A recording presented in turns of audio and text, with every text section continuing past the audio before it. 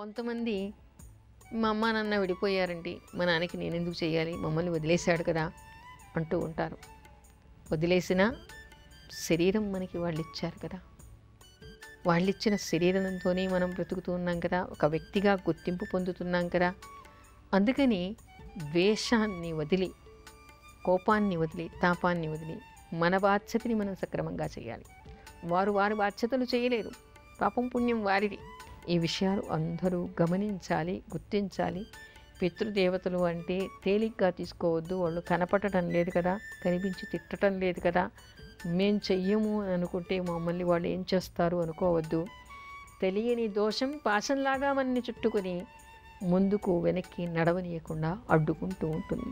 ధర్మశాస్త్రం ఏం చెప్పిందో ఆ విధంగా మనం నడుచుకున్నప్పుడు మనకి కనపడని ఈ పాశాలు లేకుండా పోతాయి, ఈ బంధనాలు లేకుండా పోతాయి, దుర్గతి లేకుండా పోతుంది. పిల్లలు అభివృద్ధిలోకి వచ్చేటువంటి అవకాశం ఏర్పడుతుంది. మనం మరణించేప్పుడు పితృదోషాల మూటని తల మీద పెట్టుకొని మళ్ళీ మనం నరకలోకానికి వెళ్ళకూడదు. అందుకని మనం చేస్తేనే మనను చూసి మన పిల్లలు చేస్తారు. మనం తప్పించుకుంటే మన పిల్లలు మనకు కూడా చేయరు. అంటే కొన్ని తరాలుగా పిశాచాలై తిరిగేటువంటి అవకాశాలు ఏర్పడుతూ ఉంటాయి. అందుకని పితృలోకం నుంచి ముక్తి కావాలని, నరకానికి వాళ్ళు వెళ్లకుండా ఉండాలని, వాళ్ళందరూ పుణ్యలోకాలకి పోవాలనేటువంటి భావనతో బ్రతికి ఉన్నటువంటి వాళ్ళు, చనిపోయినటువంటి వాళ్ళు ఎట్లాంటి వ్యక్తులు అయినప్పటికీ కూడా మనం మన ధర్మాన్ని నిర్వర్తించాలి అనేటువంటి విషయాన్ని గమనించాలి.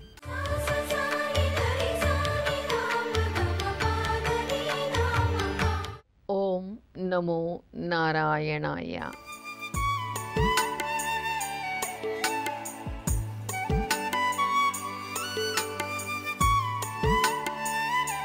ఇది నారాయణ అష్టాక్షరీ మంత్రం.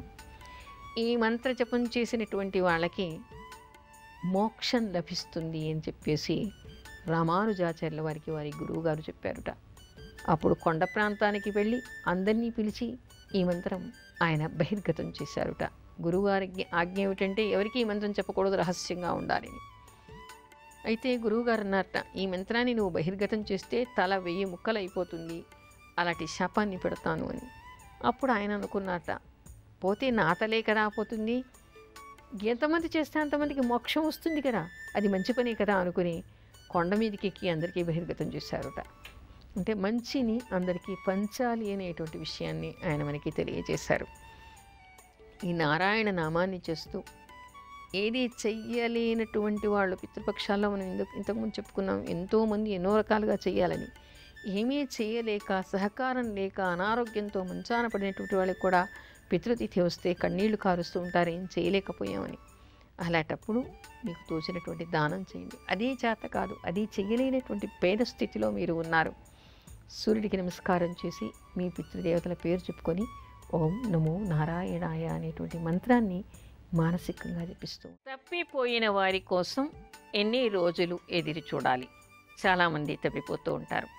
కొంతమంది ఉద్దేశపూర్వకంగా ఇంటి నుంచి వెళ్ళిపోతూ ఉంటారు, కొంతమంది మతి స్థిమితం లేకుండా వెళ్ళిపోతూ ఉంటారు, కొంతమంది పరిస్థితుల నుంచి పారిపోవడానికి ఇంటి నుంచి వెళ్ళిపోతూ ఉంటారు, కొంతమంది దారి తప్పి వెళ్ళిపోతూ ఉంటారు, కొంతమంది ఒక్కొక్కసారి ప్రమాదాల్లో ఇరుక్కుని ఇంటికి రాకుండా ఉండిపోతారు.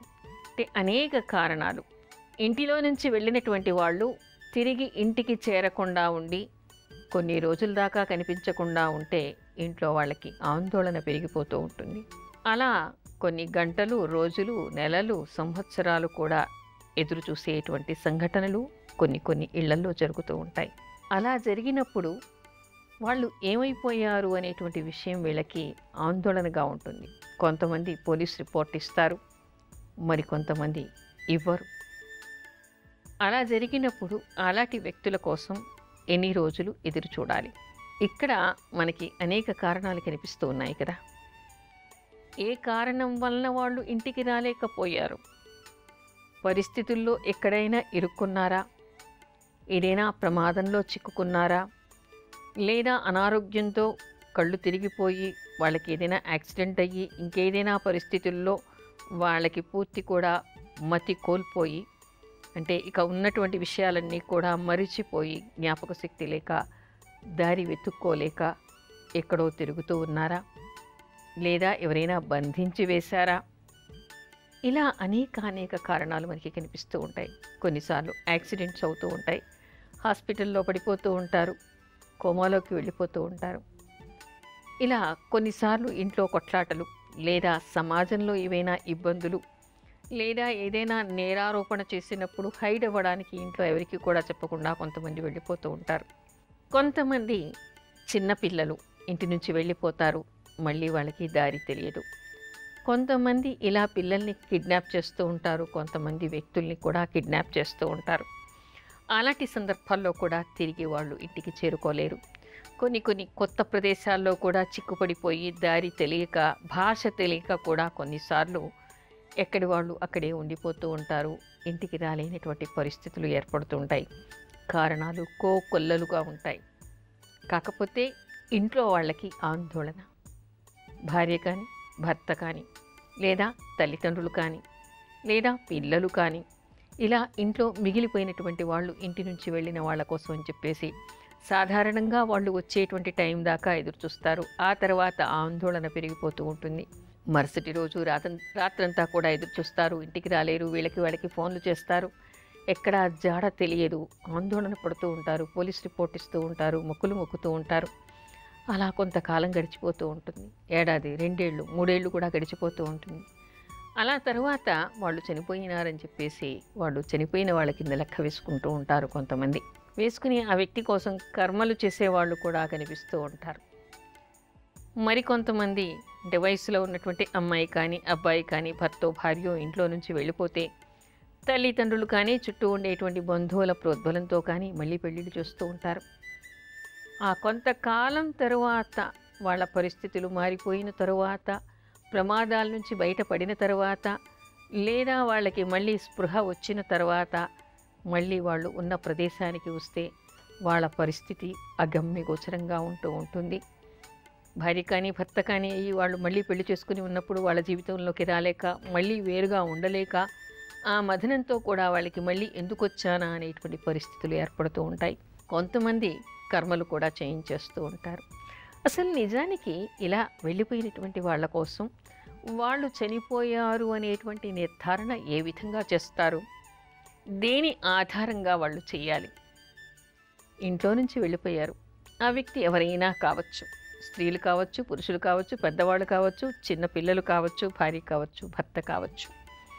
అలా ఇంట్లో నుంచి వెళ్ళిపోయినటువంటి వాళ్ళు పరిస్థితి ఏదైనా కావచ్చు, కొంతకాలం ఎదురు చూస్తారు, పోలీస్ రిపోర్ట్ ఇస్తారు, అయినా మీకు ఎక్కడ కూడా జాడ తెలియదు. కొన్నిసార్లు దగ్గరలో తిరుగుతూ ఉంటే తెలిసిపోతుంది. కానీ ప్రమాదకరమైనటువంటి పరిస్థితుల్లో ఉండటం కానీ, ఇంకెక్కడికో వెళ్ళిపోయి హైడ్ అయినప్పుడు కానీ, లేదా స్పృహ కోల్పోయి ఒక దగ్గర పడి ఉండడం కానీ, కోమాలో ఉండటం కానీ, ఇలాంటి సంఘటనలు ఉన్నప్పుడు ఒక్కొక్కసారి పోలీసులకు కూడా తెలిసే అవకాశం ఉండదు. అలాంటప్పుడు పోలీసులు కూడా ఎక్కడా జాడ తెలియదు, చనిపోయి ఉండొచ్చు అనేటువంటి సంకేతాలు ఇచ్చినప్పుడు వీళ్ళు వాళ్ళ పేరు మీద కర్మలు కూడా చేయించేస్తూ ఉంటారు. అలా చేయించవచ్చా? అసలు పోయిన వాళ్ళ కోసం ఎంతకాలం ఎదురు చూడాలి? చాలామంది అయితే మామూలుగా చిన్నపిల్లలైతే ఏడ్చి ఊరుకుంటారు, పెద్దవాళ్ళు అయితే అయ్యో ఏమైపోయిందో అని చెప్పేసి కర్మలు చేయిస్తూ ఉంటారు. వయసులో ఉన్నటువంటి వాళ్ళు పోయినప్పుడు ఏమిటంటే భార్య కానీ, భర్త కానీ వెళ్ళినప్పుడు ఈ రోజుల్లో అయితే మళ్ళీ పెళ్లి చేసుకోవడానికి ముందుకొస్తూ ఉంటారు. 1 ఏడాది చూస్తారు, 2 ఏళ్ళు చూస్తారు, ఆ తర్వాత పెళ్ళిళ్ళు చేసేసుకుంటూ ఉంటారు. కానీ ఇంటి నుంచి వెళ్ళిపోయినటువంటి వాళ్ళు తిరిగి వాళ్ళు బ్రతికి ఉన్నారా, తిరిగి వస్తారా, రారా అనేటువంటి విషయాన్ని ఏ విధంగా కనుక్కోవాలి? ఏం చేస్తే వీళ్ళకి జాడ తెలిసే అవకాశం ఉంటుంది? ఈ విషయంలో మనకి శాస్త్రం ఏం చెప్తోంది? అన్ని కోణాల్లో ఆలోచించకుండా తొందరపడి పనులు చేయటం వలన మళ్ళీ వెనక్కి తీసుకోలేనటువంటి సంఘటనలు జరుగుతూ ఉంటాయి. జీవితాంతం పశ్చాత్తాపపడుతూ ఉంటారు. కొత్త జీవితంలో ఇమడలేక, పాత జీవితంలోకి వెళ్ళలేక అందరూ ఇబ్బంది పడుతూ ఉంటారు, కన్నీళ్ల పర్యంతం అవుతూ ఉంటారు. దారుణమైనటువంటి సంఘటనలు జరుగుతూ ఉంటాయి. కానీ అలాంటివి తప్పించుకోవాలంటే ఏం చేయాలి?